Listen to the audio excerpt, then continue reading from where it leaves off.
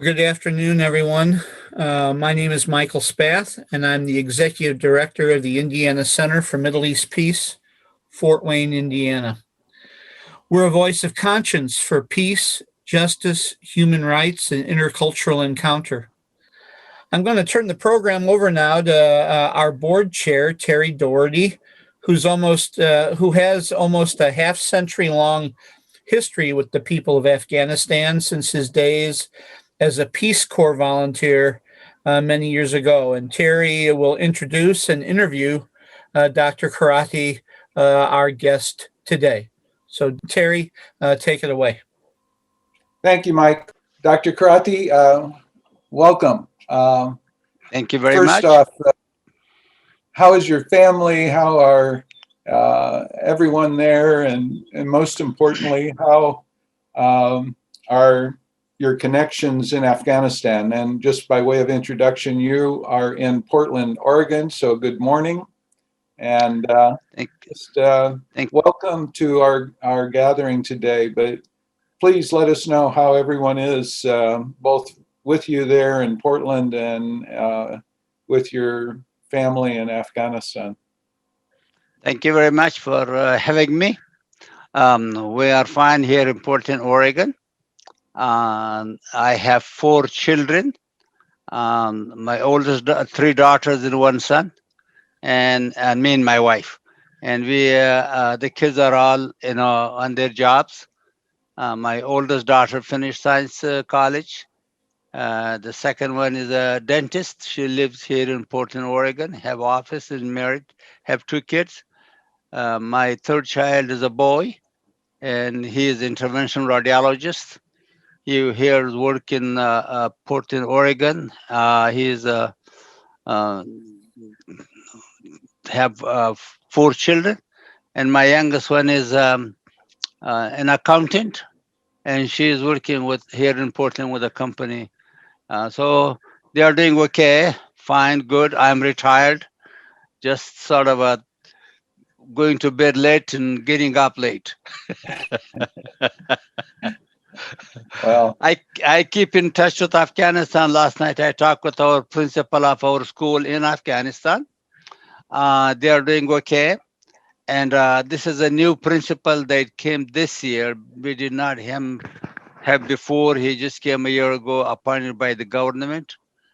And so he says that for the past few days, the road between Lashkar and Nadi, our school, is blocked. So he could not go to school. Area outside of Lashkar is the district's area in the area with the Taliban. So they have not bothered our schools. But yeah, he said things are fine and going well. So that's the information, just a short information, general information, I guess we'll say. And then we'll go on for the specific, anybody has question. Okay. Well, thank you for that introduction. And I thought by way of introduction, I would share a 3-minute video that describes a bit of the history of your work in Green Village School, Shin Kale, which is Pashtun for Green Village. So if I can, I'll start the sharing of that video. First off, I'll just show a quick map of Afghanistan. And for those who are unfamiliar, Pashtunistan, the southern half of Afghanistan, here below Kabul and kind of across through Jalalabad, is often referred to as Pashtunistan, as is northern Pakistan. And Shin-Kale and Lashkar are in this region between Zarjan and Kandahar. Previously kind of a desert region, but we'll talk about that more. But let me open up the video.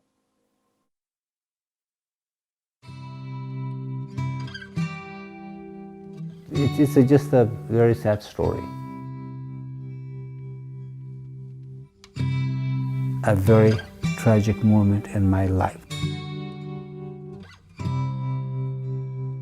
Today, their hope is gone. But the key is, we never give up. We have to do whatever we can.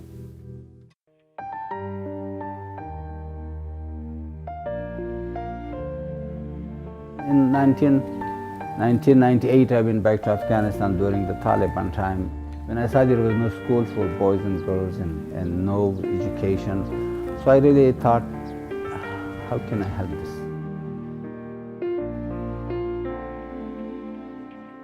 I started on a very small scale, and I never thought it would come this much bigger. But it became very big, and I thought I'll be able to support 5, 6, 7, 10, 12 kids to go to school, just provide them small education for them. But it came to 1,200. I mean, that's just something that's marvelous. I couldn't imagine that.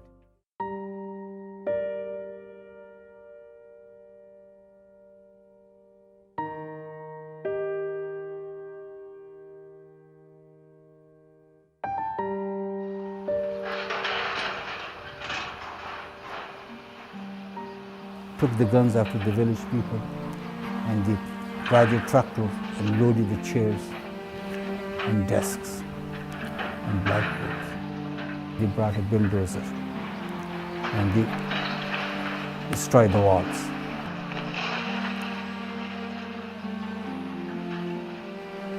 And then they took the beams, the roof, and took that. I can only see the bricks they falling down. The chairs are gone, the tables are gone. Whoever destroyed it, they came, they took everything and just, I can't imagine something happened. This was a very hard moment for me in my life, because my only treasure outside of my family, my only treasure outside of my wife and my children, was the school for the children of Afghanistan.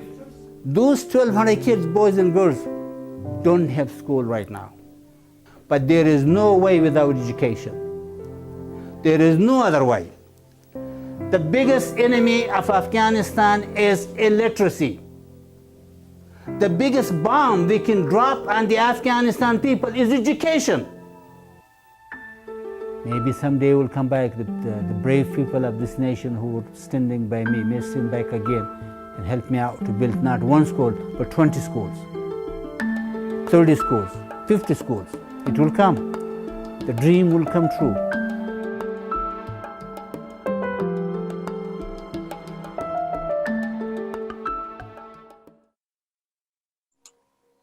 With that brief introduction, Dr. Kharoti, I will share the link to that as well. So, and there's a full-length documentary that we will try to make available to groups that want to show the story of Shin-Kale and Dr. Kharoti's development of the school. That's a trailer for a documentary that told the story of the school. And I wanted to highlight a couple points and just introduce Dr. Kharoti's history. Born to a nomadic family referred to as Kuchis in Afghanistan, Pashtun tribal nomads in 1944, is that correct? 1943. 1943. Pretty young. You still are. And I'd point out that that's before the partitioning of India. And so in 1943, his family traveled back and forth between Afghanistan and India, which would now be northern Pakistan for the most part. But his family would camp alongside a river or hillside where they could pasture their sheep, and that's where Dr. Kharoti was born. And by the river. by the river in a Kuchi camp in a nomadic tent. That's right. And so I find that fascinating. There are still nomadic Kuchis that go back and forth in Afghanistan. I saw many families traveling in that way when I was there in the 1970s. But coming forward from that, your family settled in Shin-Calais in the area of near Laskhar in Helmand Province. And in the news, we typically hear of Helmand as a problem area, as the U.S. military and British military had to deal with the insurgency. And Helmand, where I've got my mouse circling between Kandahar and that, in this region, a major USAID project was initiated in the 1950s and 60s by Zaire Shah. And American engineers helped build a dam there. And Zaire Shah wanted the nomadic population to settle down. Is that correct, Dr. Kharoti? That's exactly right. Yeah, you were lucky to get that chance, opportunity to be able to exchange our nomadic life and for a settlers. So now we are farmers, which is school, going to school, and moreover, going girls to school. It's unbelievable. For the whole whatever years was past, none of the girls can read and write. But now, there's a lot of girls about in their village. They go to school. 4 of them became doctors. So yeah, we were very lucky. Thank you. Yeah. Well, I just wanted to share that background information. Many people probably, those of us who were in Afghanistan know about the nomads and the Kuchi travelers, and it's wonderful to meet you in that history that you share.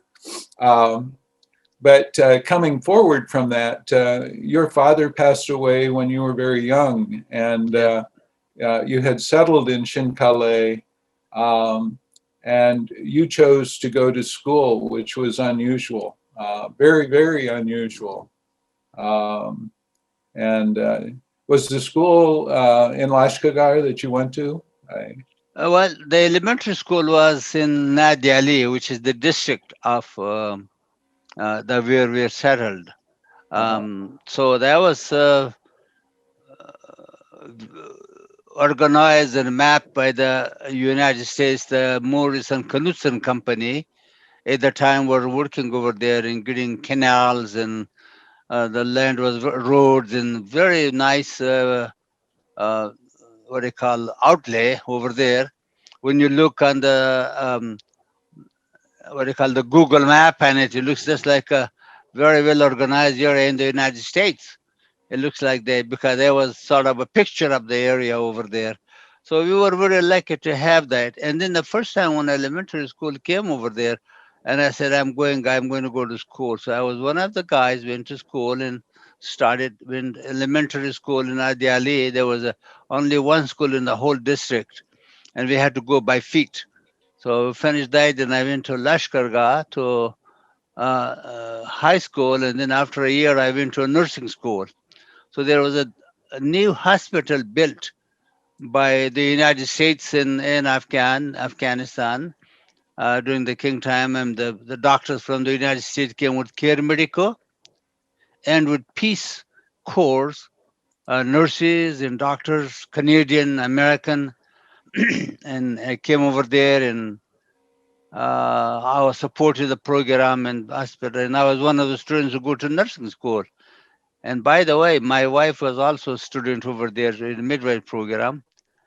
And then we continued, we graduated, and so that's a story goes on. Maybe I should not go too far to that, and just sort of a question to your answer. Answer to your question. Well, I just thought I would share a couple of pictures. the picture previous, yes. The previous picture, this one. This is right me, the guy over there standing. There was the last night I was in Lashkar. I was going to go to Lebanon for high school. And that's the picture, all my colleagues, nurses and doctors over there standing together. And that's in the morning.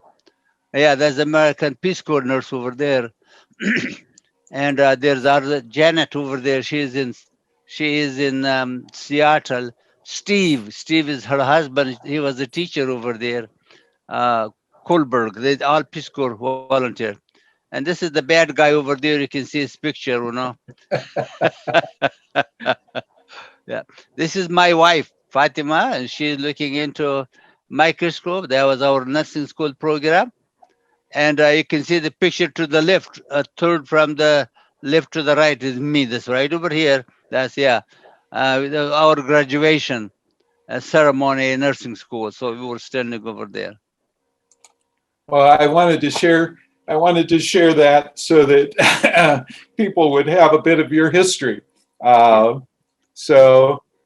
my Peace Corps friends played a role. And just to bring others on board on that, Peace Corps during those years had nurses in Afghanistan who were teaching in medical schools and in nursing schools, and also working to eradicate smallpox in Afghanistan. And Afghanistan then was one of the last countries in the world that still had smallpox. And it was that Peace Corps program that eventually eradicated smallpox from the world. But you then went with the help of the doctors and nurses that you got to know in nursing school to Lebanon for high school. Yes. And then the United States for undergraduate college. Right. Yes. Dr. Roberts, who was a USID doctor, he now lives in North Carolina, Charlotte, North Carolina. He's alive. And I work with him in the operating room, the OR nurse. So he was a surgeon over there. And he asked me what I'm interested in. I said, well, I would like to be a doctor. He said, you are too old for that. Because he's right. I was that time. I said, well, no, I think I can do it. So anyhow, he wrote across to USID, then USID, United States Department of USID, and they found me high school in Lebanon, Barkley, Lebanon. And then I went over there. There was they arranged things for me, and I got a passport, and he supported me with his personal expenses. And so I went to Lebanon, Beirut, Lebanon. There was Dr. Makil. He was the ambassador over there, and Dr. Makil took me in his own car to this high school where I was supposed to. So they put me in grade 7.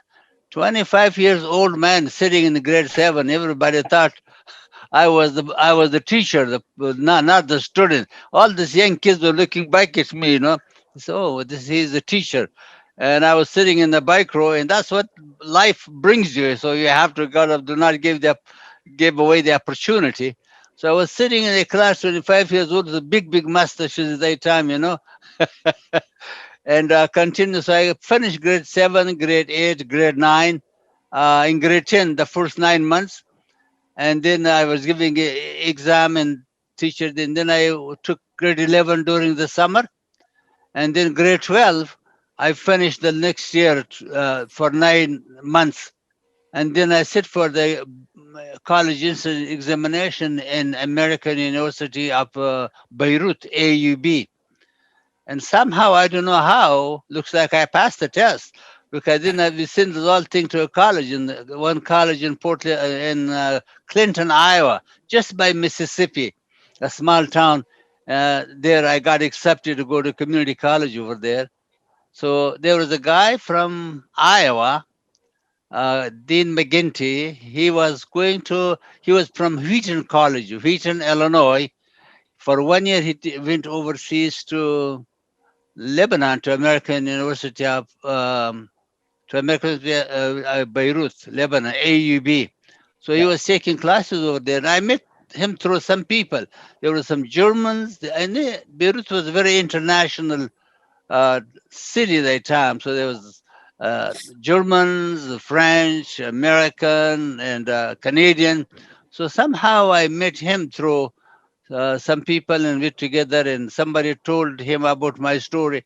He said, well, maybe I'll ask my parents. Maybe they can, like to welcome you to the home. So he wrote his parents, and his mom said, yeah, bring him over. We'd like to take care of him. So anyhow, I got accepted in the college, and I came in 2001, 1 o'clock in the morning, um, July 1st, 2001. 1 o'clock in the morning, our air landed in um, Kennedy Airport in New Not York. 2001. Not 2001. What year was that? No, it's 1970. Well, yeah, 1971. Yeah, 70, not 170. 1970. Okay. Yeah. Yeah. So then came to Clinton, Iowa. It was just when you grow up in nomadic family in Afghanistan and you come to such a challenging country in Syria and college and students with the English language, it was a really shocking, and in meantime it was a great pleasure to be here. So I finished college, community college, and I got accepted in Cook College, Cedar Rapids, Cook College in Iowa, Cedar Rapids, and I spent my pre-medical program over there. And then I went back to Afghanistan, went to medical school in Jalalabad and finished, and I got hired as a instructor in medical school. So I was there for a year. That was the year the Russian invaded Afghanistan. Those were the years. So then I graduated from there. I left university, went down to Helmand, back to the same hospital, the same operating room table when I was a nurse there, war nurse. And then this time when I went as a doctor over there doing surgery on the same table. See, things doesn't change in Afghanistan. You usually kiss for a long time. And that was the story. And then after that, the Russian situation got worse, and we decided this was very dangerous for us and for our kids. And unfortunately, we escaped and we went to Pakistan, and then through immigration office, we came here to Portland, Oregon. The guy who helped me in Lebanon, he was a doctor here in OHSU. So he wrote me, "Where are you?" I said, "I'm here in Karachi." He said, "Come over to the States, to Portland, Oregon." So he sponsored us, me and my 4 kids and my wife.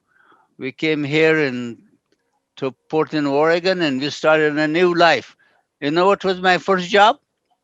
My first job was $5 an hour, working with the spaghetti factory, stripping the chairs. That was my first job. That was in about 1989.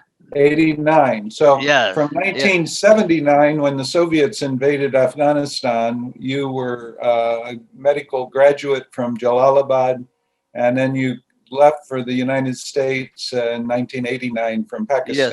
Yes. You worked a couple years for U.S. Embassy with refugees in Pakistan, as I recall. I did, yes.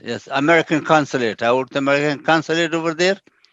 And then I came here to the States and first a job, and then I went to a nuclear medicine program. And nuclear medicine program I finished, and I passed the board for nuclear medicine, and I'm working now. I work over there in Kaiser. Now I'm retired and enjoying the good life. In 2001, I've been, in 1998, I went back to Afghanistan from here, and I saw the Nadali area, the district, was whole covered with puppy. Young kid, boys and girls were just semi-sleepy coming in. When I saw this situation, oh man, this is not for the kids. This is not good for the country. It's not good for the international community. What will we make out of it? So I came back in 2001, in March, I went back to Afghanistan, and we started the first school. You saw the picture of the girl. They 6 girls were sitting over there. That was our first class in 2001, 2 o'clock in the afternoon in March.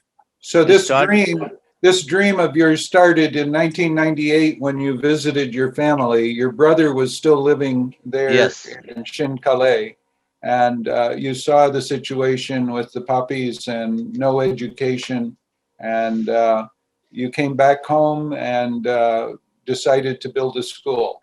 Yes. And 2001 in March, the Taliban were still in control of Afghanistan. And we know the history after that here in the United States. But those few years that you were negotiating really to turn your family property into a school, that was a very unusual thing to do in Helmand Province. Thank you. Yes, thank you very much. There was something that when I went over there, I went to Taliban.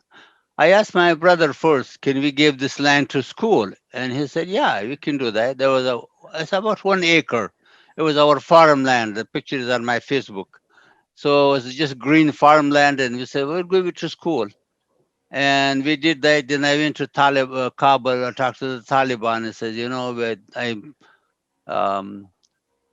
doctor. I went to America. I live in America. I came back. That was in March of 2001. And they told me, I said, can we have a school? And they said, we are not against school. The Minister of Education of Taliban told me, we are not against the school with the condition if we can protect it so nobody bothers them. I said, can we have girls in the school? He said, yes, they can come to school, but for their Islamic dress, they can come to school. And I said, can you write something for me to give me permission so I can show it to your people, to the people in Taliban governor in Helmand Province? They said, you do not need that. You just go and start the school. If anybody bothers you, let us know. I said, oh, okay. So we came back to Helmand Province and we started school with 6 girls and 10 boys. Right now we have about 20, I think it's about, I think it's 1,600 girls can read and write on their class level. And there is about 1,600 boys in there right now. And there are 3 girls became doctors, medical doctors. One of them is in Marja. If you remember, Marja was the area that our military went over there. You know, the Marines went over there, and they was with the Taliban fighting. And then the rest of the one of the girl is in Lashkar Gah. The other is in Lashkar Gah. One is doctor in Nadia Ali district, helping ladies. And the rest of them, some of the students became engineers, some of them became teachers, so it worked very well for us so far.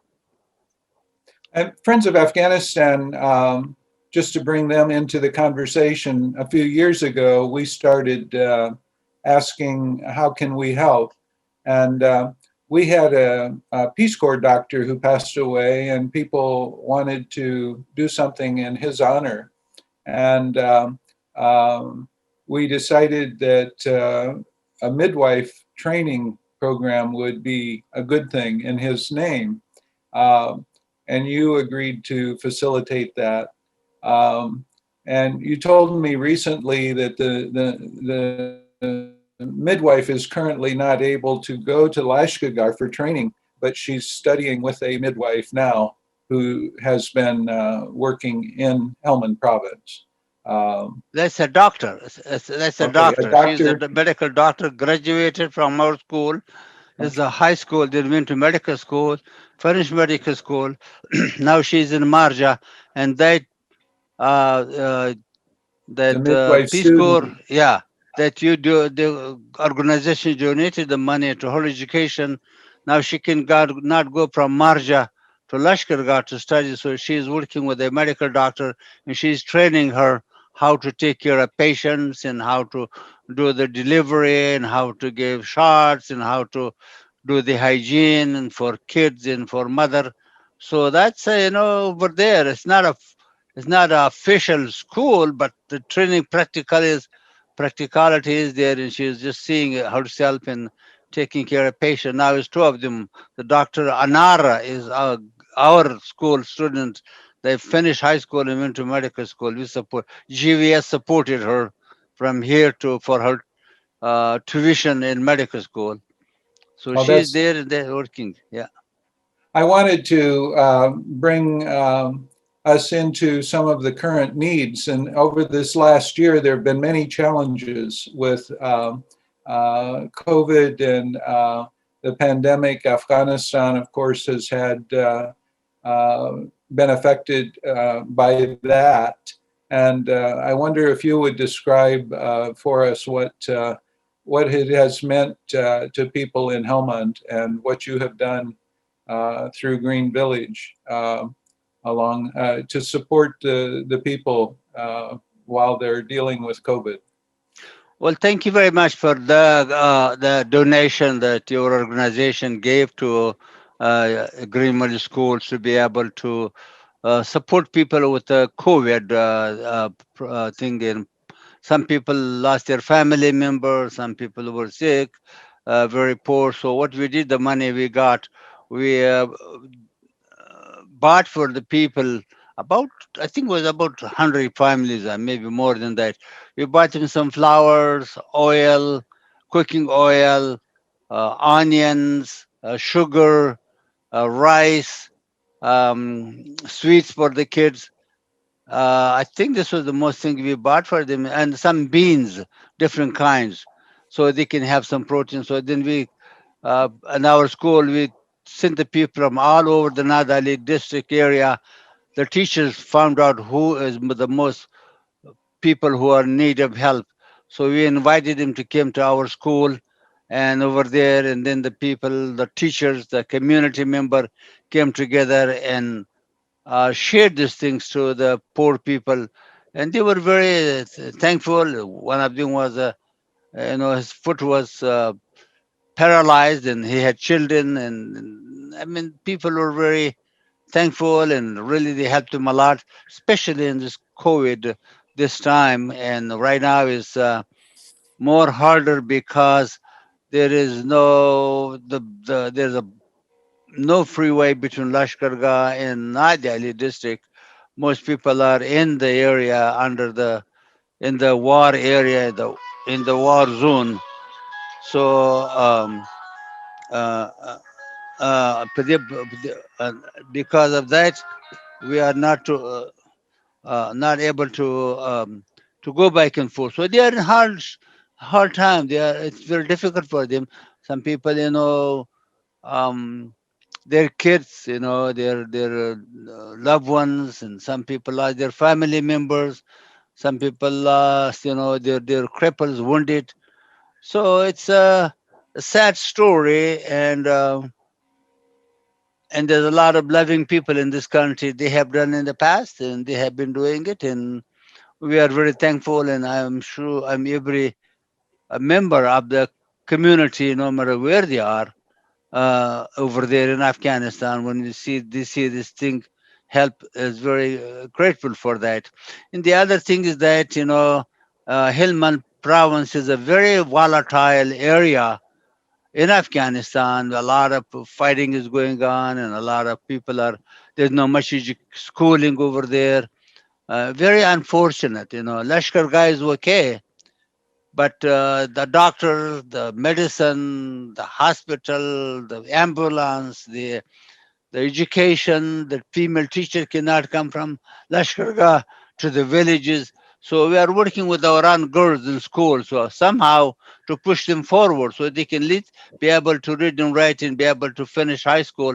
So in the future, we hope we can bring their education level higher, hire for them some teachers from Lashkargah female to come and teach them, so they will be able to take over the responsibility of their own community, whether they are teachers, they are nurses, they are community workers, they are police officers, or they are, um, any kind of professional thing will be good for them to take care of their own community, their own society. I wanted to share also how we came to know each other, you and I, and that was through our mutual friend Ted Achilles, who started a school in Kabul for girls, SOLA, the School of Leadership Afghanistan, and your school in Green Village has had a number of girls. I don't know exactly how many of your Six of them are there. yeah, have gone to Sola. And one of the things I know is, and people who don't know Afghanistan may not know this, Kabul is cold in the winter, and Lashkar and Helmand is not, but it is very hot in the summer. It's kind of so the school years are inverted. Winter school in Kabul is not possible because schools are not heated, so they close up school. But you have school in Green Village in the winter, and in the Yes. summer you close school, and the north of Afghanistan has school going on in the summer, but you don't.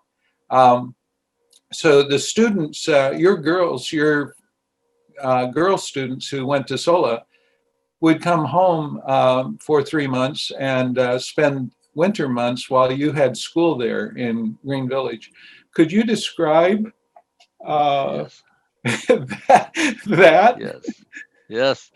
What happened? The good thing, these girls, first of all, they did not know how to speak Farsi, and they did not know English very well. I mean, it was difficult for them. So when they went to Kabul, they learned English, and classes are very good. The level of education became a very nice and high level, very good. When they get up during the winter vacation, they will come down to Shinkalai, and these girls will take over and the school, the girls, part of the school, and will be teaching them as the teachers. So can teach them, mathematics, chemistry, physics, biology, English, and regular things, which is a very like a recycling system. They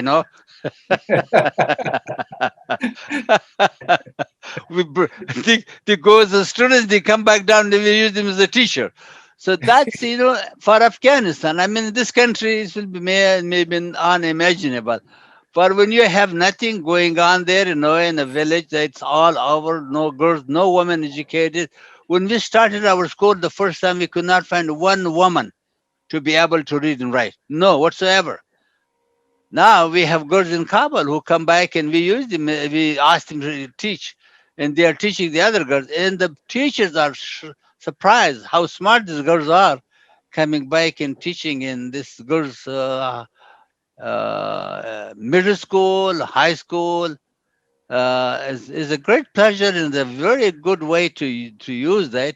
And we are hoping that in sometime during the summer, if I go there, I hope that this year or next year time, we like to find some female teachers from Lashkar, so we can ask them for tutoring. If you find enough sponsorship somewhere, and to pay the female teachers a salary so they can come and teach our school, the girls. So these girls can bring their education level higher, and so when they graduate from high school, we will hire them back as a teacher. The government will pay them the salary, but the tutor we have to pay them to be able to do Yeah. that. So we enjoy the girls coming from Kabul doing this. Now we are putting our energy into so we can train our own girls with the tutoring somehow. Mostly five subjects. That is mathematics, physics, chemistry, biology, and English. And those five subjects, because their sciences will push them into medical field, will be a good teacher, to nursing school, to lab technician, to and some other child care, mother care, um, also maybe some tailoring or some cooking, some good healthy Sure. food for the kids. So all those things are possibilities. But we are hoping to do this also, looking for funds to be able to. Maybe Terry can change the gears of something. Yeah. Well, and just so people know, Lashkar is near enough that teachers who have a better education and live in Lashkar can come to Shinkalay. They can, Yes. by car, you can, half an hour, 45 minutes um, from Lashkar to Shinkalay to Yeah. arrive. So they can commute and come and teach We in do have a Shinkalay. bus. We do have a bus, a small minibus, about 22 people can hold. So once we have some a teacher who can, hire, I'm a driver, hire and gas for the bus. The bus can go to Lashkar Gah and pick up the teachers, female teachers, bring it into teaching, take it back to Lashkar Gah city to their family. It's a security thing for them. I think that will work very well for us also. We have the bus is already there, and we just Yeah. waiting for the possibilities of somehow some window of opportunity if comes through. Well, the other being sharing what you can of the situation right now. Security in Afghanistan has changed, and with the American and international military pulling out,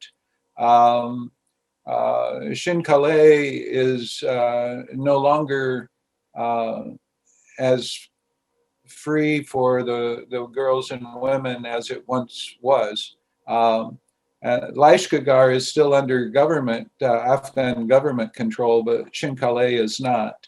Could you share with us what the situation is for the people of Shin-Calais as it is now?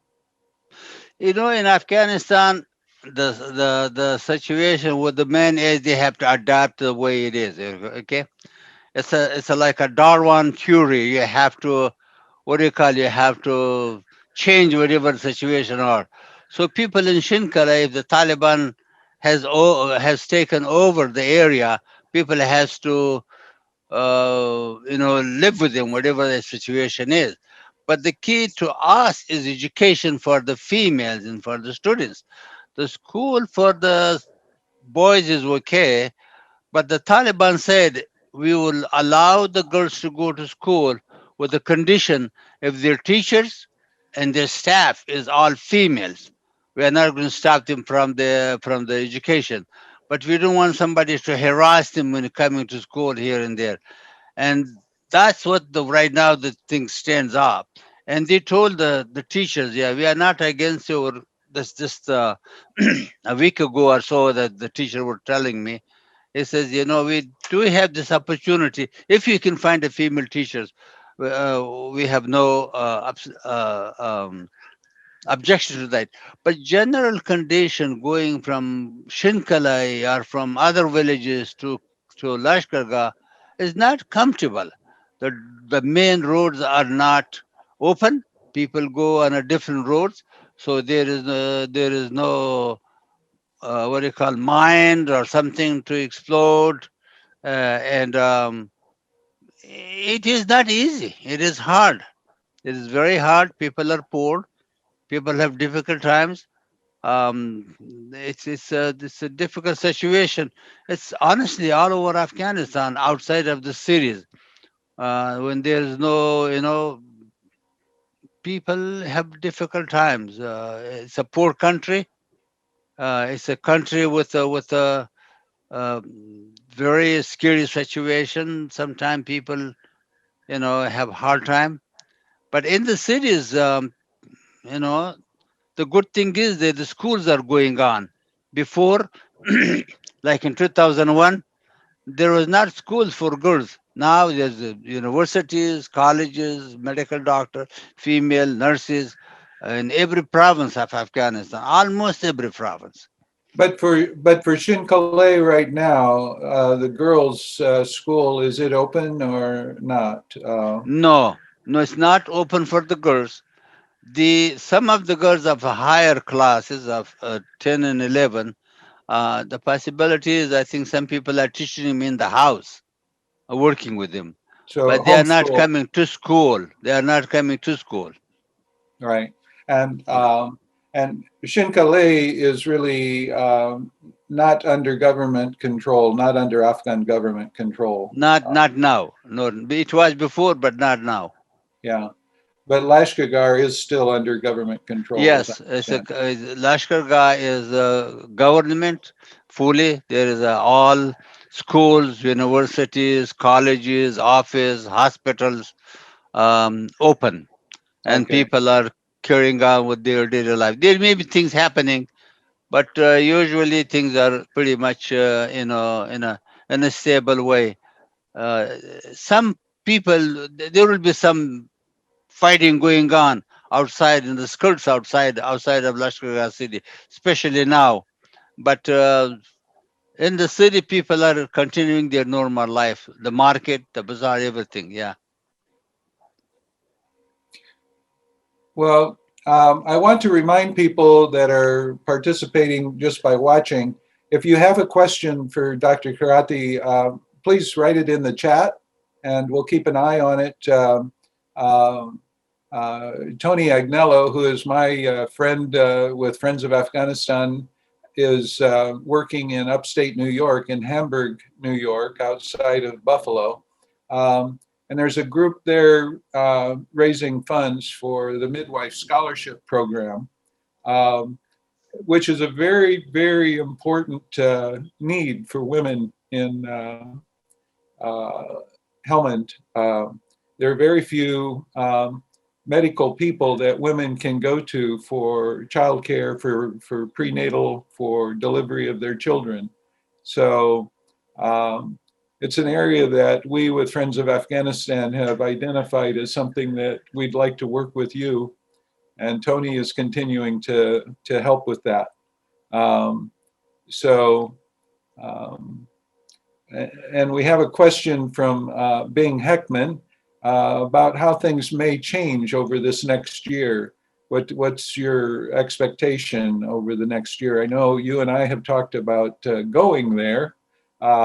If you would share with us the situation for girls, for midwives, and for you and a visit to Afghanistan. I'm hoping I did the COVID vaccination. I have that. So I'm hoping this summer, if possible, I will go over there to Shinkalai, and hopefully we will be able to do some work with students. And also the people told me, the teachers told me, I asked them why the Taliban chiefs in the area say, why is Dr. Kharoti not coming? And they told him he's not coming because of COVID-19. That's what the problem is. They said, oh, tell him that he doesn't have to be scared of us. We are here. We are not going to bother him. He wants to come to school and take care of the kids. We will be glad to, to welcome him. That's happens. And the same with the government. When I go, the government knows that I go in, out, the government, into the area. I don't deal with the politics. I like to do the education. My goal is to educate. I told him that my main goal is, I think the best thing for Afghanistan is a women education. I really feel that very strongly, And I think the biggest weapon we can use for the country is education, It is a way when to give back to the country. Educated mother in any society, especially in Afghanistan, I feel is a light in their family. And I think the family is, the mother is there, the kids will be have a good education, they will be taking care. And it's also good for the family member, good for the husband, Educated wife, we always have a good idea. I think my kids got educated when this came because of blessing of my wife. She is a teacher. She was in Afghanistan, went to college. She's, well, good mother kind, and so he's doing a pretty good, and we are lucky. So this may be the experience that I am the father of 3 daughters, and my wife is educated, and I saw the situation. I thought, I saw the life of my mom and my dad and my village over there. I think it is wonderful to be able to work with the women and be educated, and that's my main hope. I really hope so we can do that. Uh, it's a man can be an Afghan. I'm talking usually about Afghanistan. I'm not trying to put in this part of the world is a different story. But over in their country, a father is all day long gone to working in the farm or finding food for the kid to put it on the table. Somebody have job, some don't have a job. But educated mother is there. She will be able to use the food very well. The kids' education, the kids' language, the kids' health. And women's health, and one woman, educated woman, can really teach all the women in the area and the village, and they will be able to. They are very good media and news. Women are just distributing the gold wool very well. And men just keep things for themselves usually. But ladies are good in their talks. They tell everybody and they get together and they're good for society. And I think they are willing to learn from each other, whether it's a food, what it's child care, what's a mother care, what is a pregnancy, what is a nursing care, what is a all the things. I think they are working very well. So the village, the situation of Shinkalai is now much more different, 180 degrees than before 2001. So there's It is been, because yeah, there was the last no 20 years, the last 20 years has brought a much improved situation for education. yes, And I wanted yes. to just remind people that Shin School, you mentioned how many girls are now educated and can read and write, how many have gone on for more education, how many have become doctors, and all as a result of the school that you started there. And before that, there wasn't a school for girls in Shinkalay. No, this is the first thing. The Kale was there, the Shin Kale was there for 60, 70 years when they became settlers.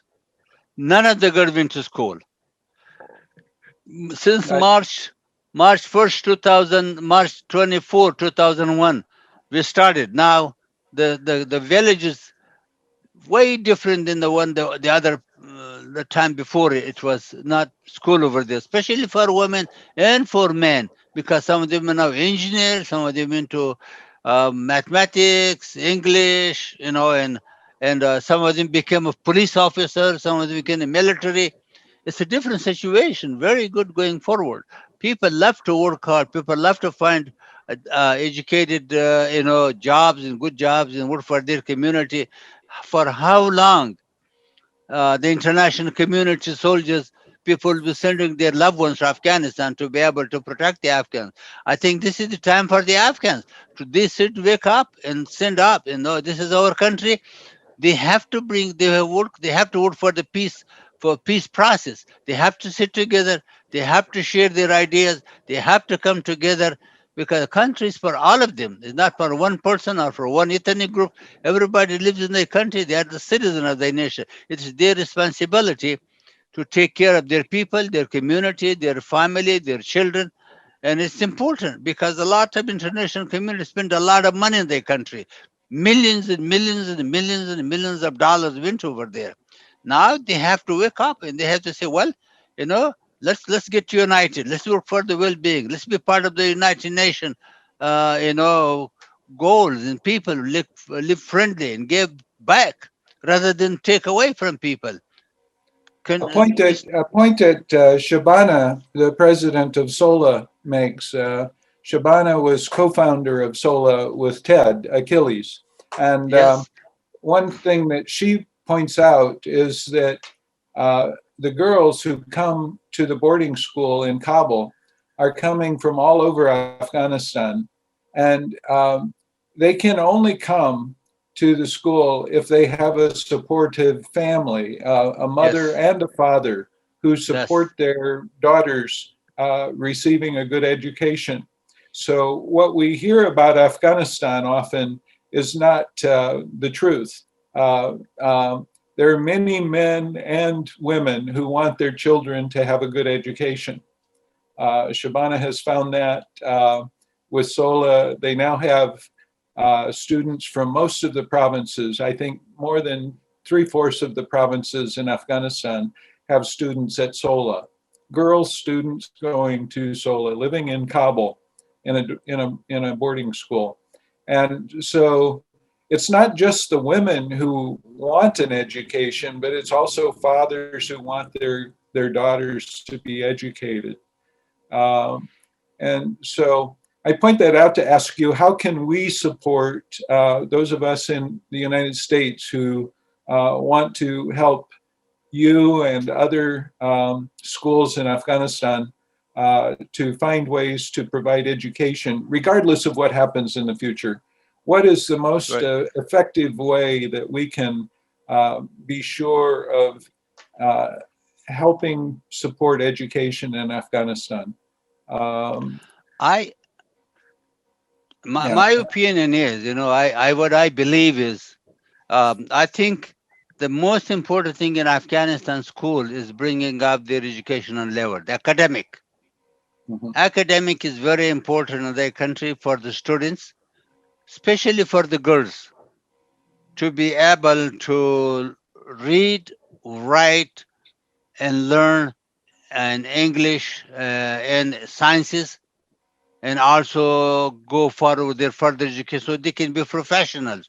Because mothers are, a female doctor is taking very good care of a female nurse than a male doctor. With a conservative society like Afghanistan, we need a lot of women to be educated, to be nurses, to be practical nurses, to be midwives, to be doctors, to be also working on the hospital to take care of the patient like a certified nurse assistant. This is, I think, a situation that the country needs, and that will come with education. And I think it is very important. A boy can go from Kab, from Lashkargah, from Nad Ali to Mazar, to Nangarhar, to Paktia, to Paktika, to any provinces. But a girl cannot go because of the family situation, because of the conservative society, because of girls do not have a lot of opportunities to be able to live someplace when there is no dormitory or no protection for them. The girls they go into Sola and Kabul because there is a protection for them. There is a safety for them. The parents trust the organization. And that's why people send their daughters to go to Kabul to be able to go to school. The same thing with us now in Shinkalai. Now we have this situation not under control very well. People, parents told their daughter, no, don't go to school, stay home. Well, if they are home, I think we have to take the school to their home for them.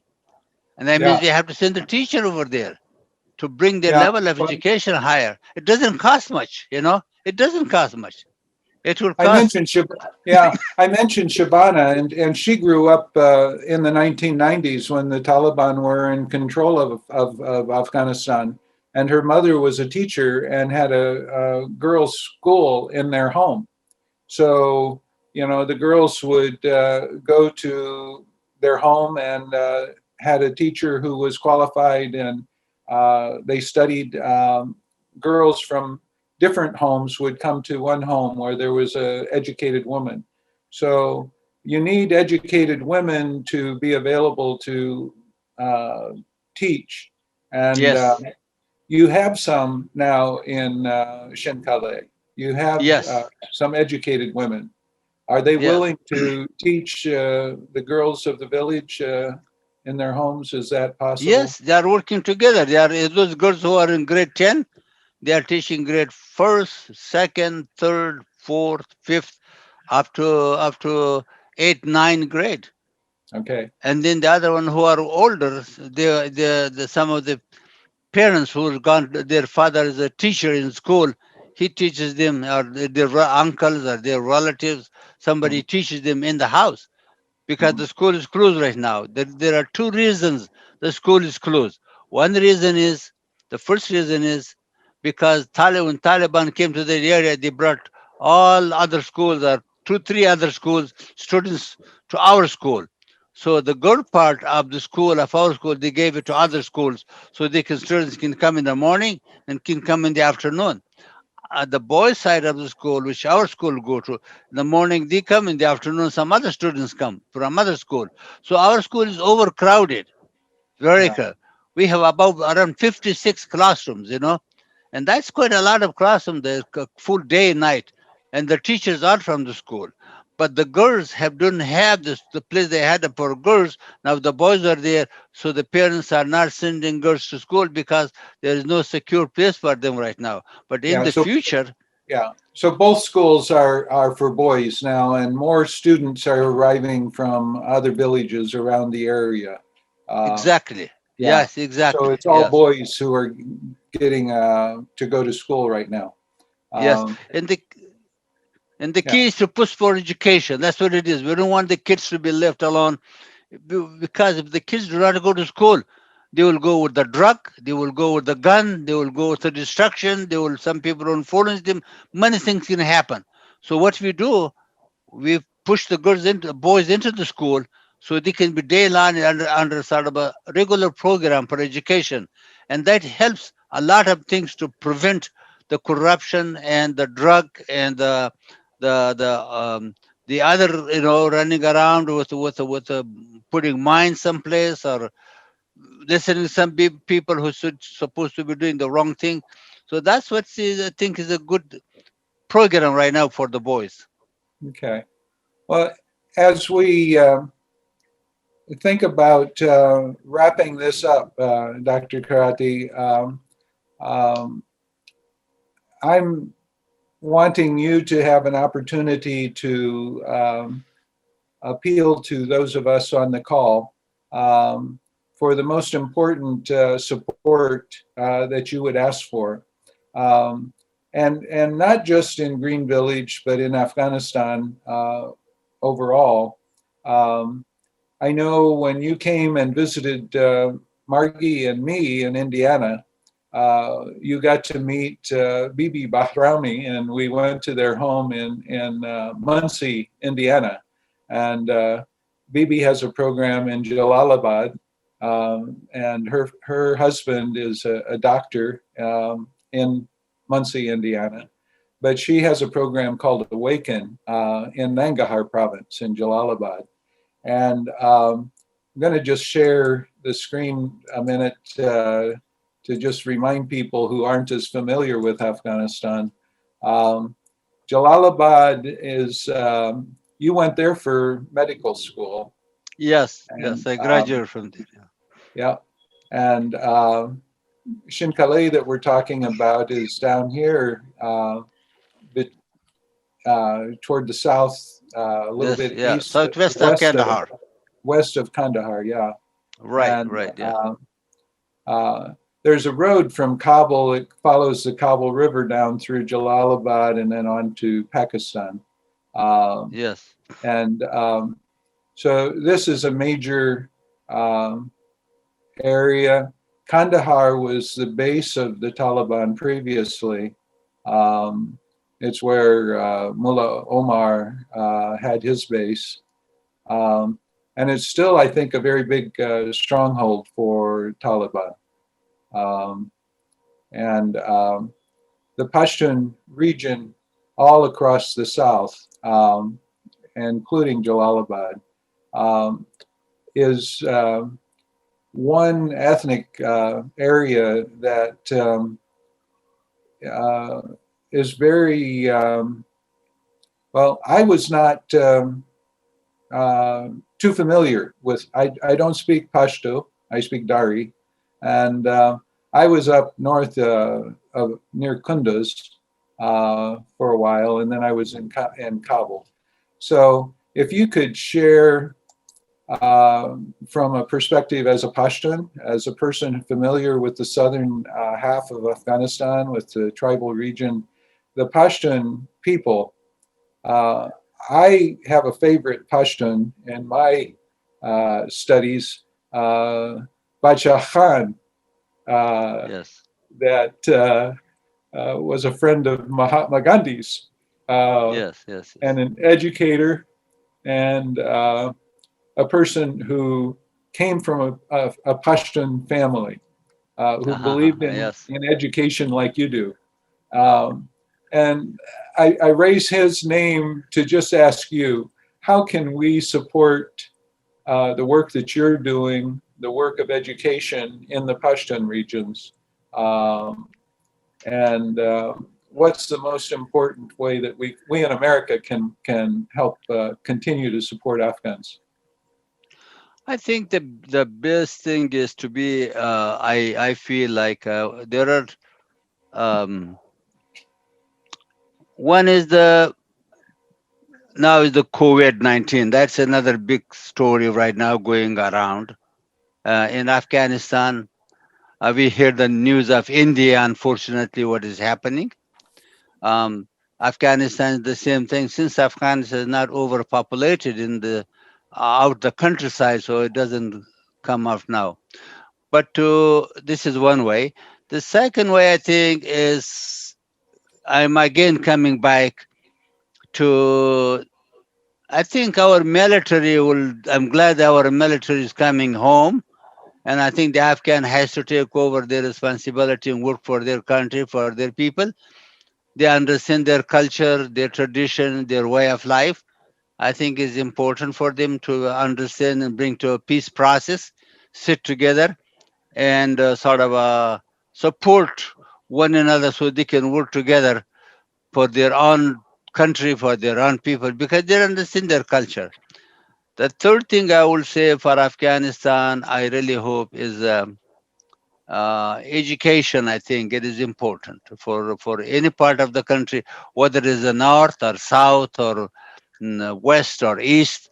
The Pashtun area, the south part of Afghanistan, that's lying with the what do you call the Durian line. Both sides are Pashtuns. Whether this is Pakistan side or Afghanistan side, all this land is all Pashtuns, and they do need to be able to work together and for education of their children. I think quite a lot of people are not able to read and write, but we're hoping to that there'll be more colleges, universities, schools in that area, so people can go to school. I feel like I really hope that the guns of Afghanistan will change to pins of Afghanistan.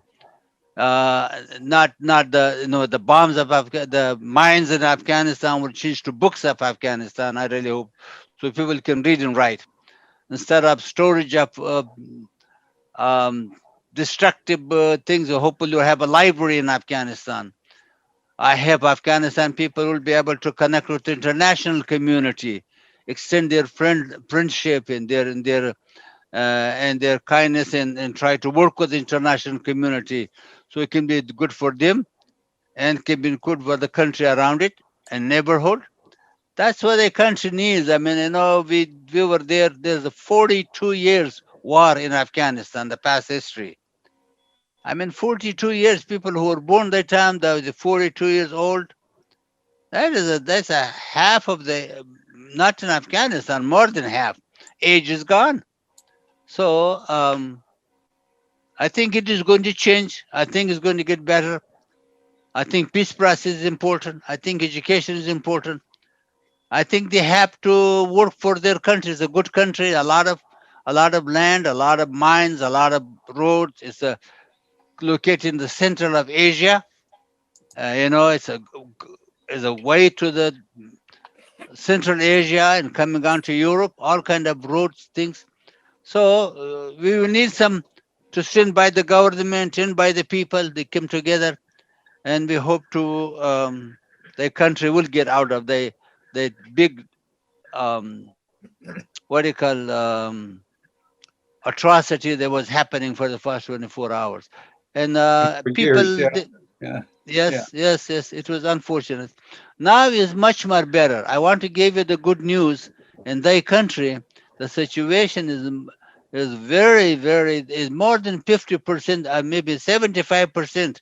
A lot of girls are in school, a lot of boys are in school. There's colleges, there's universities, there are professional people, there are schools opening. People are working very hard. I think they understood the way they cannot live without education, whether it's male or female. I think there's a positive competition going on among communities. If somebody's daughter is going to be educated, my daughter should be also educated. This is a very win-win situation, I think, for them. The other thing is, I feel like the the the breaking of the cycle that we did in Shinkalai, that there was no education, no school, and now it's different.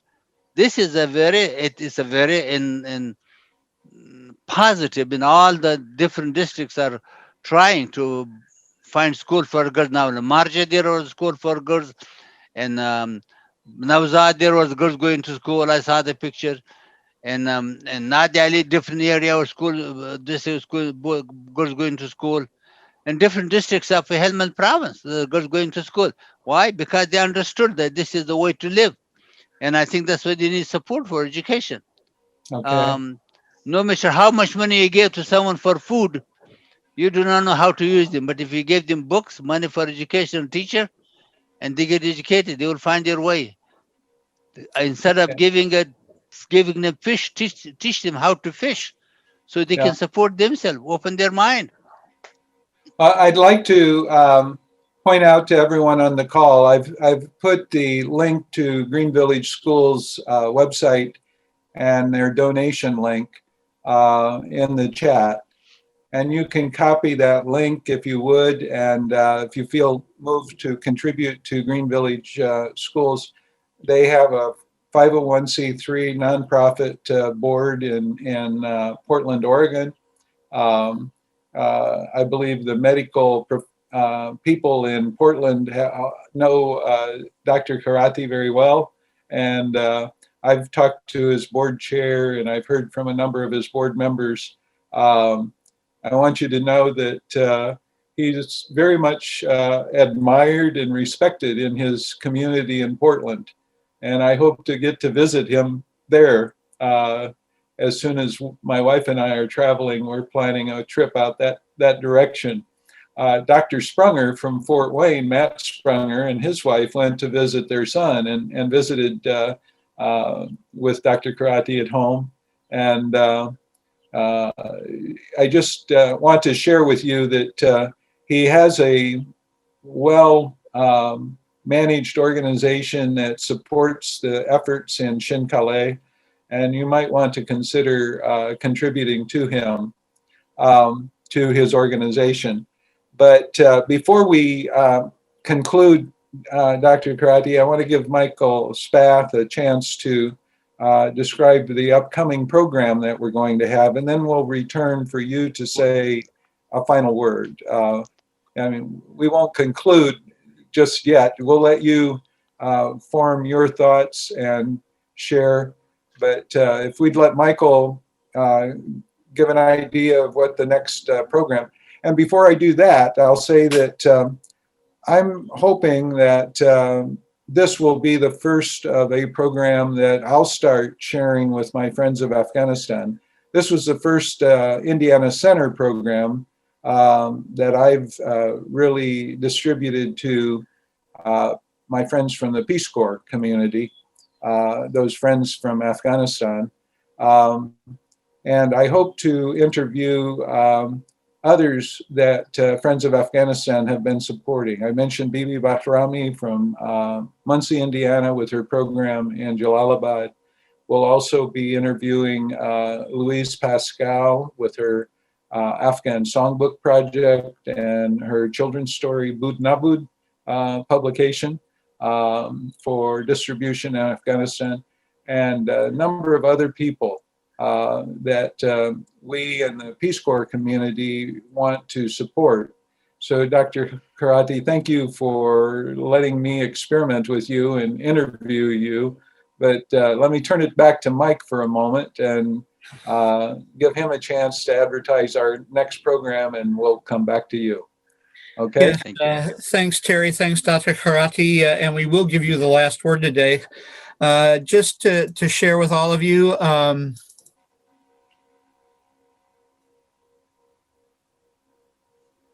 well, yeah, you had it, but it went away. There, we'll just leave it there. Next Wednesday, we'll commemorate, Indiana Center for Middle East Peace will commemorate Nakba Day, the 73rd anniversary of the day of catastrophe in 1948, when 750,000 Palestinians were displaced and over 450 villages destroyed by Zionist paramilitary forces. We'll have a conversation with Reverend Lauren McGrail, who spent 5 years working in the Bethlehem region as a mission partner of the United Church of Christ and Christian Church Disciples of Christ. Part of her work was recording oral histories of women survivors of the Nakba in 1948. So our conversation is titled, "The Story of the Ongoing Nakba, Inscribed on Women's Lives from Sheikh Jarrah to 1948." That's next Wednesday, May 12th, 1 p.m. Eastern Time. And we'll get out the Zoom link and all that information for you. I also want to remind you that our interview with Dr. Kharoti, and thank you for that, Terry, as well as all of our interviews will be available on our Indiana Center for Middle East Peace YouTube channel. We hope you'll share the news of our interviews with all your friends. So thank you all for joining us today. Terry, back to you and Dr. Kharoti to close. Okay. Yeah, we'll stop your screen. There we go. And my mic does not. I just want to see one thing. Yes, we're coming back to you, Dr. Kharoti. Go ahead. Okay. I was wondering, I just want to share this with the group in the community. Akil went to our school, to Helmand Province, spend the night with us over there in Laskhar Garden. We went to take him to the school. That was the time that he went over there and saw the school, in the classes, and met the kids, the boys and the girls. And that's a wonderful thing that happened to us, and we appreciate his coming down. So I hope someday you folks, anybody, will be able someday to go and see the school and see the history and the kids and the girls and the boys in the community. Will be greatly appreciated. I hope we can make this opportunity sometime for all of us to be able to, one by one, when time is available, to go and see the school in the area in Afghanistan. Afghanistan has a lot of historical places. Terry knows that, and he's all over the country. So as Afghanistan people are very loving people, they are very kind people. But unfortunately, right now we are in a very hectic situation, to be honest with you. Well, I appreciate that, and if I can come to Afghanistan and visit Shinkaleh, it will be a highlight of my life. I can tell you that. Thank you. It's so, and the work that you do is very near to me and my heart, and the fact that you are doing this out of the goodness of your heart and the life and the blessings that you have received, you are sharing with your family back in Afghanistan. The way I see it, I'm sorry for the way I see it, this is the blessing of the American people who stood by us. I'm not the one who do this job, this work. This is the people who are standing by me. I'm just a runner. The action is someplace else. There are good hearts around in this country and this community, these people. They are the one who make it possible. And our board members, I'm very thankful to them that they have been put their energy and their effort day and night in thinking about, and all donors who have made this possible, whether they are here, whether they are in London, especially the Afghan field charity organization in London. So a lot of people have helped us, and we are very grateful. Thank you very much, all of you, and thank you for having me with you here. Very kind of you. And thank you all for your putting out me to talk too much. Well, we have really, I've enjoyed this, and I hope that you all will look up Green Village Schools as one word, .ngo, their website, and greenvillageschools.ngo, and you can sign up for a newsletter that periodically Dr. Kharoti and the board of Green Village Schools will send out as things develop. And Terry, let's hello, and Tony John, and Patty Pendleton speaks Spanish, so she's a friend of mine from Fort Wayne, Indiana here. Thank you all for joining us today. And Michael, I'll let you activate your camera a second, and let's sign off today with all good wishes going forward for the school in Shinkaleh.